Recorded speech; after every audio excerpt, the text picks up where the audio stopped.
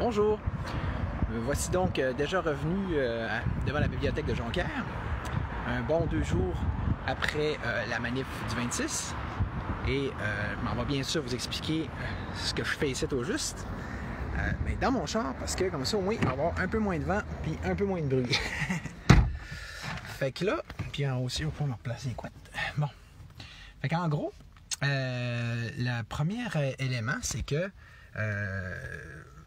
comme j'explique sur les deux posts que j'ai mis dans la description, ou que je vais mettre, et que je vous inviterai très fortement à consulter, ça a été un petit peu compliqué au niveau de l'enregistrement des discours pendant la manif. Donc, j'ai décidé de procéder autrement. D'un, j'ai fait justement les deux posts que je vous parle, qui se trouvent à résumer, en fait, à rassembler vraiment l'essentiel ou en tout cas deux bonnes parties de l'information que moi je voulais transmettre, qui me semblait un peu essentiel à transmettre. Je vais y revenir un peu. Et tandis que le reste, je vais vous le dire en live là, en prenant le temps de le dire calmement, doucement, et avec toute la meilleure élocution que permet un live, hein, plutôt qu'un micro, là, mettons. Donc, les deux posts, faudrait comme les lire, hein? Puis, le premier il rassemble lui-même deux choses. D'un, l'opinion d'un enfant, et de deux, l'opinion d'une psychologue française sur la question des spectacles, là, évidemment, de drag queen, tels que la lecture de l'heure du conte. OK? Déjà là, c'est intéressant parce que, tu sais, nos adversaires nous traitent de haineux, hein? Mais, puis donc de faire de la diffamation. Mais c'est quoi de la diffamation puis du discours basé sur la haine? C'est quelque chose qui est non fondé, qui est basé sur rien, puis qui sert à rien. Hein? Déjà là, ça vous donne je veux dire, si on prend l'exemple de ce premier post-là que je vous suggère, est-ce que c'est basé sur rien? Non. L'opinion d'un enfant, l'opinion d'un psychologue. Est-ce que ça sert à quelque chose? Oui. Parce que là, nous, ça a un but spécifique. Puis, qui est, pour le rappeler, pas d'être transphobe, pas d'être homophobe. C'est de dire, parce que c'est pas que ce soit les médias ou nos adversaires qui vont tous mettre ça dans le même panier, non, c'est n'approchez pas de nos enfants. Laissez nos enfants tranquilles, s'il vous plaît, si c'est pas trop demandé. Donc, on peut pas dire que c'est du discours de la haine, non. Pourtant, si on prend juste ça, ce poste-là, l'opinion d'un enfant, l'opinion d'un psychologue, gagez-vous, vous autres, que nos chers adversaires du Pink Bloc puis des Antifas, etc., vont évidemment, si on le sait d'avance, balayer ça, par exemple, du revers de la main, assez exactement comme le gouvernement pouvait le faire envers tous les résistants, toutes les anti-mesures, hein, pendant la COVID. Même si on leur arrive avec des arguments de médecins et de ça. Pourquoi? Parce que la base de leur raisonnement est la même. Eux autres, que ce soit le gouvernement, que ce soit cette gang-là, ils ont décidé qu'ils avaient raison. Puis quoi que ce soit qu'on ne pourra jamais leur dire de tout scientifique, de fondé, de quelque façon que ce soit, ou de pertinent de quelque façon que ce soit, ils vont toujours le balayer du revers de la main. Faire comme si ça n'existait pas. OK? Et déjà, ça vous donne une idée de qu'est-ce qui cloche dans tout ça. Le deuxième post est peut-être encore plus important parce que, sur la base d'un excellent travail journalistique là, de Julie Lévesque, d'ailleurs l'article est donné dans le post en question, je vais juste faire une sorte de best-of, là. On a la preuve, vraiment, que on a ici affaire à non pas juste un petit compte là, pour œuvrer à la diversité, mais à une entreprise, un projet avoué et ouvertement, donc, et délibéré de rallier les enfants à une idéologie qui est pour le moins discutable. OK? On va y revenir plus tard. Mais et ça de façon d'autant plus pernicieuse et insidieuse que voilée. Et ils le reconnaissent eux-mêmes. Ça, on le voit dans le deuxième post, en disant que ce qui est entre les lignes est plus important que le reste, okay? que n'importe quoi. Ça, là, ça vous donne un indice qu'on est en train de parler en fait exactement les mêmes genres de mécanismes de contrôle mental que ceux dont on fait usage dans le cadre de la publicité subliminale. Tu t'en rends pas compte, mais il y a des choses qui te rentrent dans la tête. Tu t'habitues. On peut comprendre même facilement le principe. Tu t'habitues, tu fais comme ça devient acceptable. Oui. OK? Fait que puis ça, autrement dit, c'est très différent d'une chose que nous, on serait pas malheureusement beaucoup plus d'accord que si plutôt que juste prendre un prétexte que tu lis un conte, que c'est un trans qui est là, qui fait un discours, puis il explique ouvertement ce qu'il pense. Pourquoi il pense quelque chose, mais il passe par des moyens détournés pour contrôler directement les esprits des enfants pour les rallier à son affaire. OK? Fait que, pourquoi... Why not to do it in the open, là, tu sais? Pourquoi ça, fait que ça, là, mais ça, c'est... Ça rentre donc exactement dans le même créneau, dans le même genre de dynamique puis d'entreprise que ce qu'on appelle la propagande et donc le brainwash.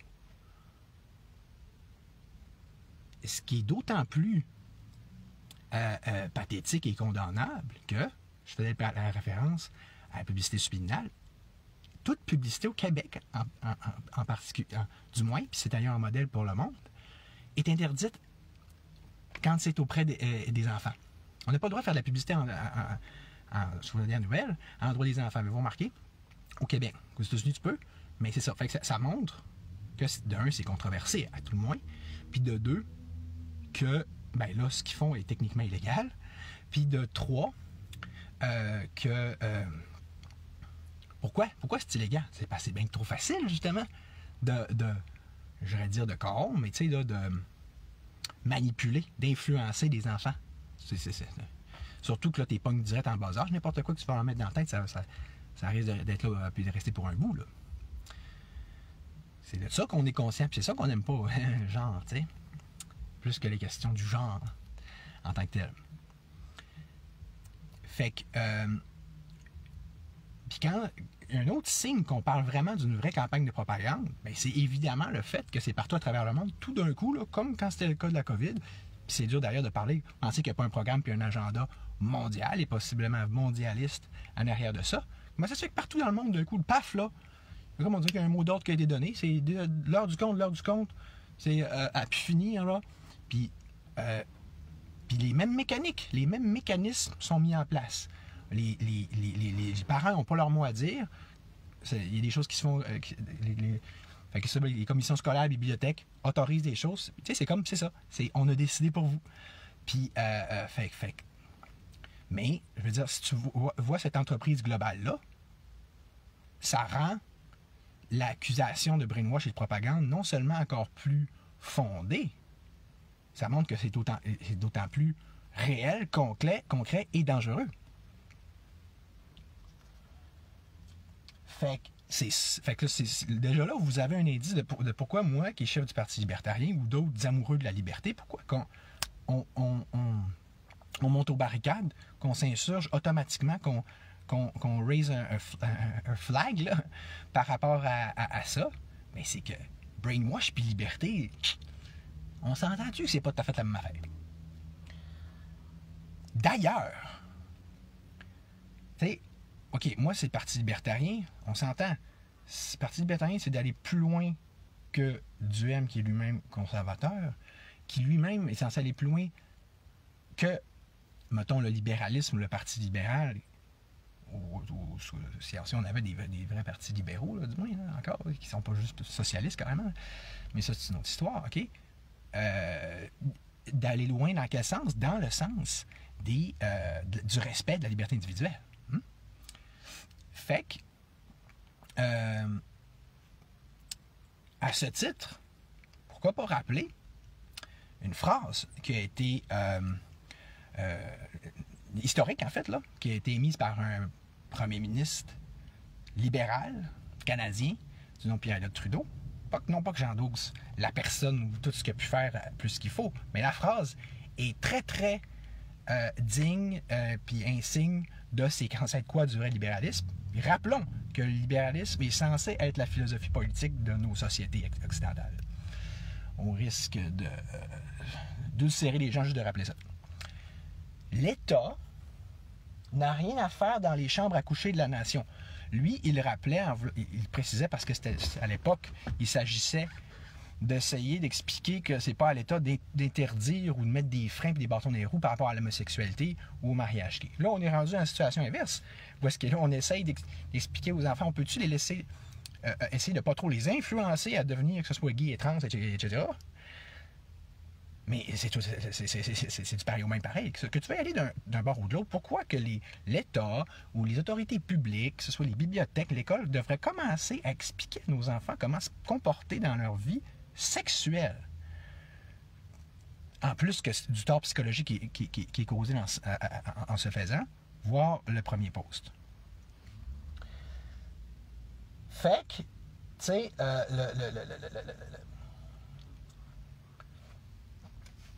d'ailleurs, je parlais de Trudeau père, mais n'est-ce pas intéressant de voir que Trudeau fils, même Justin Trudeau, qu'on sait être tellement socialiste qu'il en est pratiquement communiste de par son admiration là, envers la Chine, à tel point qu'il est en train de transformer le Canada en Chinada, comme on sait. OK? Et même sous lui, OK, sous son espèce de joug, de régime ou de tyrannie, là, il y a une loi a été passée en 2021, je crois. D'ailleurs, je vais mettre un extrait de l'article en question dans la description, à l'effet que la conversion de sexe est même plus, la conversion physique n'est même plus autorisée, en sens n'est plus supportée par le gouvernement fédéral. Fait que, déjà, ça vous donne une petite idée, que tu sais, on s'en va où avec ça? Tu sais, il y a une contradiction. Dans ce sens-là, les autorités publiques supportent ça. Oui, allez. Et que c'est donc important d'exposer les enfants à des affaires de trans puis de drag queen. Mais l'aboutissement ultime de cette philosophie-là, qui est la conversion physique, elle-même, là, il y a tellement de psychologues et de médecins qui ont parlé, qui ont démontré que c'était nocif, dangereux, puis mauvais, malsain, que là, c'est rendu interdit. Ça veut dire qu'il y a un dead end, là. C'est leading nowhere, là. Puis là, on envoie tous nos enfants vers ça, vers ce chemin-là. C'est vraiment fort, hein? Mais, oui, je parlais tantôt de diversité. Une dernière chose que je veux dire là-dessus, c'est...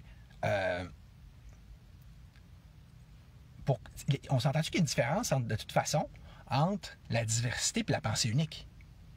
Une des choses qu'on a dit, puis que je veux redire, c'est... Pourquoi c'est toujours juste parler de trans partout? On n'entend rien de ça, comme je le disais tantôt, depuis un bout. Puis, puis mettons, si on prend spécifiquement l'heure du compte, qui est encore là, c'est partout à travers le monde, mais c'est toujours rien que des trans, là.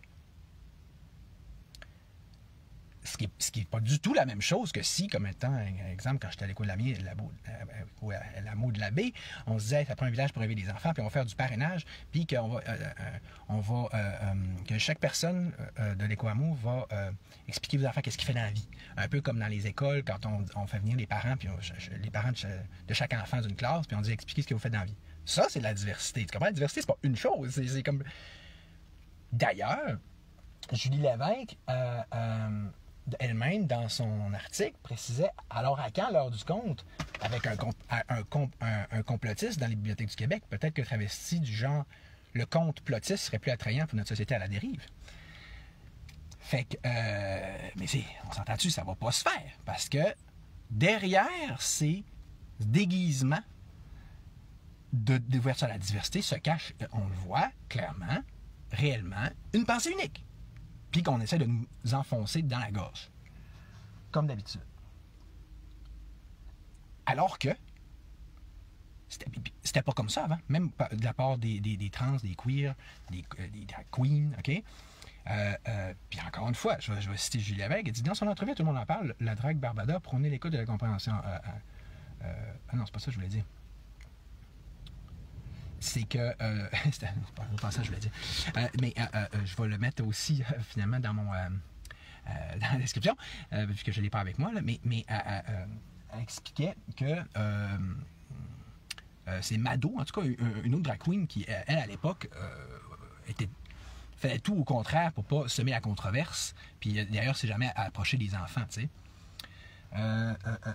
Fait que ce qui est une très grande différence, puis qui sonne pas l'imposition, puis le contrôle mental, l'imposition notamment par contrôle mental. J'ai réussi ma phrase. Bon, fait que là, ceci dit, je vais reciter l'autre passage que j'avais commencé, OK? Parce que je vais m'envoyer sur autre chose. Dans son entrevue, tout le monde en parle, la drague Barbada prônait l'écoute et la compréhension de l'autre. Malheureusement, au Québec, il y a des groupes que l'élite politico-médiatique ne veut pas entendre ni comprendre. Ceux-ci sont exclus du débat public, ne sont pas tolérés et sont stigmatisés. Tout cela au nom de la tolérance et de l'inclusivité. Fait que, bon,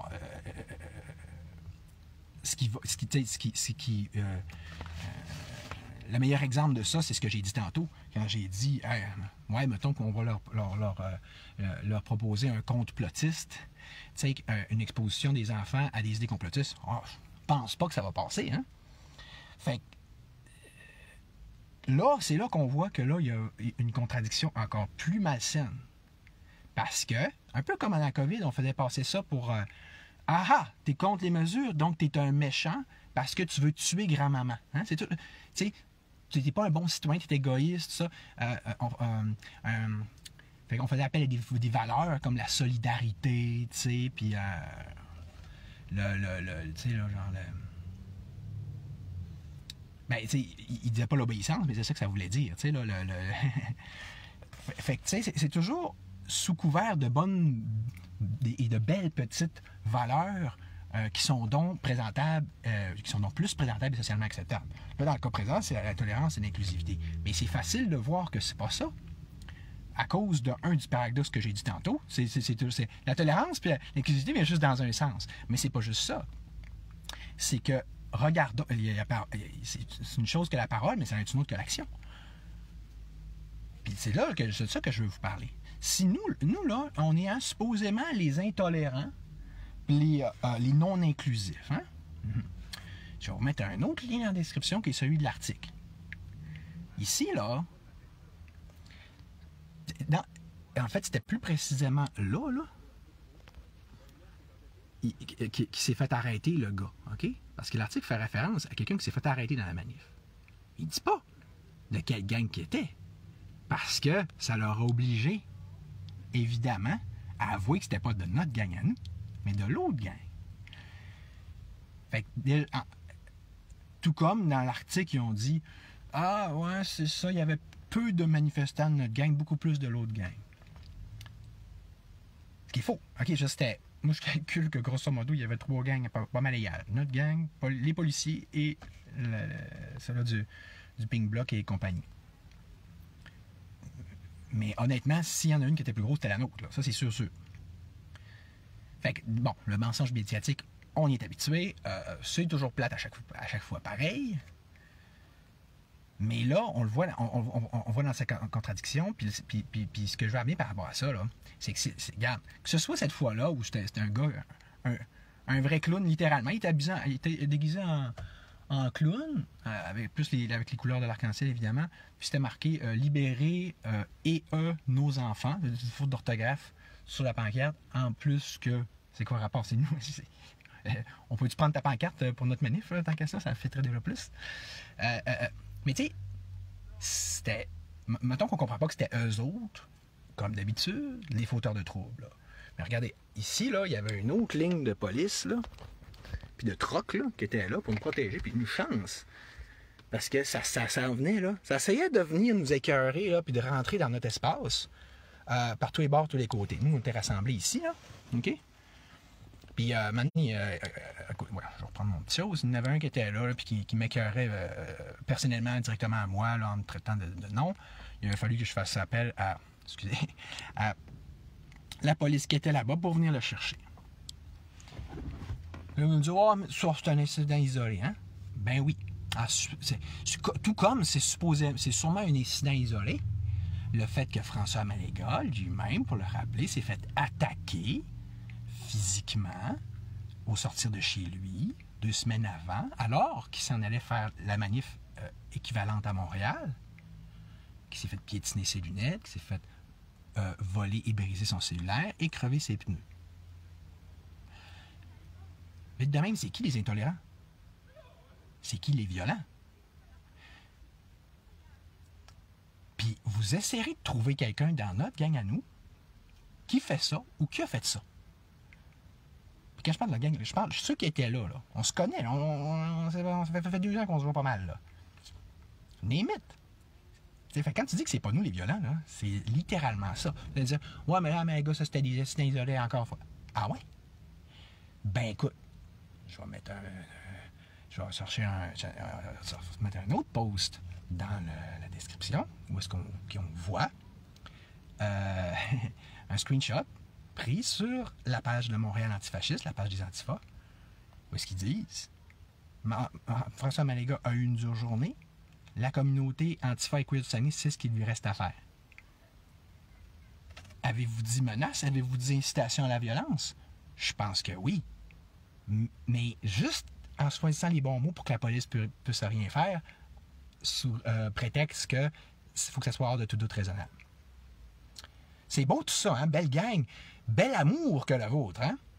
Parce que, dans un de nos super échanges avec un de leurs gangs à eux, il me dit,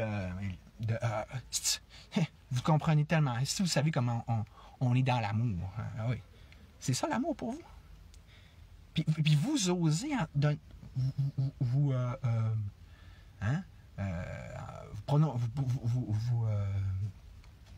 présenter comme des espèces de paragons de vertu à ce niveau-là, puis nous donner des leçons en ce sens-là, de donner des leçons à qui que ce soit en matière d'amour, quand vous êtes carrément des violents physiquement et idéologiquement.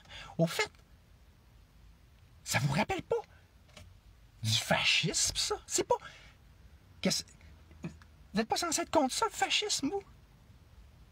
C'est ça que vous appelez être contre le fascisme? Faire du fascisme pour vous abattre contre le fascisme. Autrement dit, combattre le feu par le feu. Hey, ça va bien vos affaires, hein? En quoi est-ce que c'est fasciste? Ben, écoute, punir par la violence ceux qui ne parlent pas comme vous, pas mal fasciste. Imposer une idéologie là, unique, comme je l'ai dit tantôt, pas mal fasciste. Passer par le gouvernement pour ça, puis de se mettre comme tout cuit dans le même poil, je sais pas trop, avec le gouvernement pour se faire, ça c'est pas fasciste, hein? Parce que, regardez, quand il y a eu une motion par rapport justement au queer, puis au drag queen, puis l'heure du compte, comme par magie, tous les 125 députés ont voté à l'unisson. C'est beau, hein? C'est la... C'est d'unité là, socialiste de ce type-là, là, communisme et social, national-socialiste à toute fin pratique, c'est vraiment très, très pas fasciste. Hein? Fait en plus, qu'ils mettent des masques pour ensuite attaquer des Noirs comme François Maléga. Ce qui n'est pas sans rappeler le Ku Klux Klan du tout, hein, d'abord. Puis, fait tu sais, c'est ça. Fait que je suis pas sûr que vous êtes bien placé pour nous accuser de quoi que ce soit, et notamment des incitations à la haine. Je veux dire, vous faites carrément ça, des incitations à la haine et à la violence. Parce qu'en plus, comme vous l'avez fait sur la page Montréal Antifasciste. Fait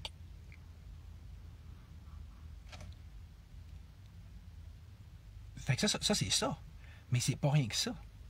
C'est qu'en plus, justement, en nous accusant de façon complètement gratuite et infondée, là, de nous, d'être des haineux, OK? puis d'avoir un discours d'incitation à la haine, d'être homophobe, d'être transphobe, alors que je viens tout de démontrer que c'est de la foutaise, là. Que c'est tout infondé. Là. Ce live-là, ça veut notamment... Ça fait chaud, mon chat. Ça veut notamment une preuve de ça, OK? Ah, mais ça veut dire que vos accusations, ils seraient gratuites. Ah, donc vous nous pitchez des noms, des étiquettes, les pires, là, ultra malsaines, ultra violentes, sans aucun fondement, sans aucune justification, puis alors que nous, on a un objectif précis qui est de protéger les enfants, vous, c'est juste pour nous dépeindre négativement, comme on faisait envers les Juifs, tiens donc, puis envers tous ceux qui ne pensent pas comme le gouvernement, dans les régimes socialistes puis fascistes. Hey, wow! Hey, c'est vraiment votre affaire, là. Tu sais, je vais applaudir comme ça, de toute beauté, vous être fiers de vous. Wouhou! Puis tout ça, pour quoi? Alors, pour imposer une idéologie comme si qu'elle était donc bonne, comme si qu'elle était donc parfaite, comme si qu'elle était donc irréprochable, hein? Ben regardez, oui, je vais vous en parler de vos idéologies. Parce que je n'aurais pas fait, là, si vous aviez laissé nos enfants tranquilles. Tout comme j'aurais laissé le gouvernement Legault tranquille s'il n'était pas venu s'en prendre à mon enfant le 13 mars 2020 à fermer les écoles pour rien. OK? En gros. On parlait d'autres petites choses. Là. Vous voulez nous imposer une idéologie comme si c'était entendu par tous, comme si c'était l'évidence même qu'elle est bonne. Mais on va l'analyser. On va voir si elle est si bonne que ça. Moi, là, ça donne que un petit côté intello, c'est bon. J'aime ça me poser des questions. J'aime ça m'intéresser à différentes philosophies et à la philosophie tout court. Et dont une certaine qui s'appelle l'existentialisme. Puis que vous allez sûrement aimer, dont vous allez sûrement aimer le principe, si vous ne le connaissez pas, qui est de dire tu peux choisir quitter. Puis, tu sais, Jean-Paul Sartre, Camus, il était bien fort là-dessus de dire tu te lèves un matin, tu te dis moi, là, j'aurais voulu être un artiste. Donc, aujourd'hui, fuck ce que je faisais avant, je suis rendu un artiste. Ils disent ouais, parfait, go for it, c'est super. T'es pas obligé de te limiter par les conditionnements sociaux que tu as reçus par ta famille. Good. Moi-même, je vais vous avouer que j'ai eu cette philosophie-là, a changé ma vie plusieurs reprises, parce que j'ai changé de peau, puis de vocation, puis de façon d'être à plus d'une fois dans ma vie, une chance. Ça rend la vie moins plate, ça t'as plusieurs vies. C'est pas le fun, hein? Mais ça, c'est sain, c'est normal. Mais, mettons que quelqu'un y arrive. Tu sais, à un moment donné, ça, c'est une chose, mais c'est une autre chose d'appeler un chat un chat. Si quelqu'un, il vient me voir, tu sais, une personne, puis il dit « Je suis un hamster », puis il croit pour vrai, puis il m'impose d'y croire, puis si je dis « Si tu crois pas ce que je viens de te dire, là, t'es un... puis il me fait manger une volée de bois vert en termes d'insultes, puis t'es un pépo vert, puis là, on est dans autre chose, right? Ou quelqu'un, disons, il dit « Je suis une table, je suis une chaise, je suis... » D'ailleurs, v'là 10 ans, quelqu'un qui nous aurait dit ça, tu sais, tu vois que c'est un humain, mais il dit je suis un hamster. Ou tu vois que c'est tout clairement un homme, il dit je suis une femme. V'là 10 ans, on aurait dit quoi? On aurait dit, surtout si cette personne-là rentre dans le cabinet de psychiatre. Le psychiatre, il aurait probablement fait, ça fait penser à cette ligne-là que j'ai dans mon petit livre, le DSM, que je connais bien pour avoir étudié Psycho à McGill, puis pour avoir eu d'excellentes notes d'ailleurs. La psychose se caractérise par une perte de contact avec la réalité, une personne qui ne peut pas faire la différence entre ce qui est vrai et qui ne l'est pas. Psychosis is a condition of the mind that results in difficulties determining what is real and what is not. N'importe qui, pas vu le disant, de toute l'histoire de la psychologie, aurait dit ça. Maintenant, par exemple, quand on dit effort concerté sur le plan mondial, c'est le contraire. Si quelqu'un rentre dans un psychiatre, elle dit je suis un homme, mais en fond, je veux être une femme, puis je veux me prendre finalement pour une femme. Ou, là, c'est traitement VIP, traitement de faveur, on le fait passer à 4e vitesse, là, comme si là, c'était la chose la plus importante, comme si quand tu arrives à l'urgence avec une crise de cœur. Tu sais, là, c'est comme, on va bypasser toutes les autres, là, c'est vraiment trop, là, clair que c'est de un fondé et de deux important. Fait que, tu vois, la psychiatrie, c'est un peu comme la médecine, hein, ça se... modèle très bien au goût du jour, pour se mettre au goût du jour, comme on l'a vu hein, durant l'époque de la COVID. Tout d'un coup, tous les principes de base de la médecine tombaient, puis on suit le gouvernement à la place. Hein? Fait que c'est merveilleux, c'est fantastique, mais pourtant les définitions restent les mêmes pareil. Puis, mais, petite parenthèse, vite de même, vous trouvez pas que c'est drôle, ça? Vous trouvez pas que ça ressemble à une mode? Même une mode au niveau de la psychiatrie. Alors tout d'un coup, oui, on accepte si, on diagnostique comme étant normal telle chose qui disait avant n'était pas. Hein? Tout comme il va y avoir une mode hein, au niveau de la COVID de dire, ben oui, les vaccins expérimentaux sont tous excellents. Ouais. Puis quand je parle de mode, c'est pas à me prendre à la légère, dans le sens que si on fait parce qu'on met tout dans le même panier, on dit si t'es transphobe, t'es homophobe, ben t'as peu. C'est un fait connu, reconnu, documenté que des homosexuels, il y en a toujours eu. Okay? Il y en a toujours eu depuis la nuit des temps. Puis c'est sûr qu'ils n'ont pas toujours été acceptés, fait que la proportion tend à varier au cours des époques, mais ça grosso modo, quand je me souviens d'avoir étudié, ça tourné autour de 10%. Des trans, il y aurait toujours eu des hommes qui se prennent pour des femmes ou qui veulent être des femmes. Écoute, je sais pas, c'est pas, mais là, on n'est pas dans le même fait historique, là. OK? C'est en partant, là. Fait que c'est d'où le fait que, même si vous avez vu neiger, vous avez vécu un peu, là, comme moi, mettons, qui quand même, qui fait pas son âge, mais qui a quand même 41 années bien comptées, ben, tu sais, le principe, c'est que, dans mon temps, est-ce que tout le monde veut devenir des femmes? Non, vraiment pas. Puis, tu sais, non, depuis que tout le monde entend parler, depuis qu'on nous met ça dans la tête, qu'on nous met ça dans la bouche, qu'on nous met ça dans les yeux, qu'on brainwash tout le monde avec ça, puis nos enfants aussi tant qu'à faire, ben là, tout le monde veut l'être. C'est tellement surprenant d'abord. Oh! Mais ça, arrête en cours. Oh!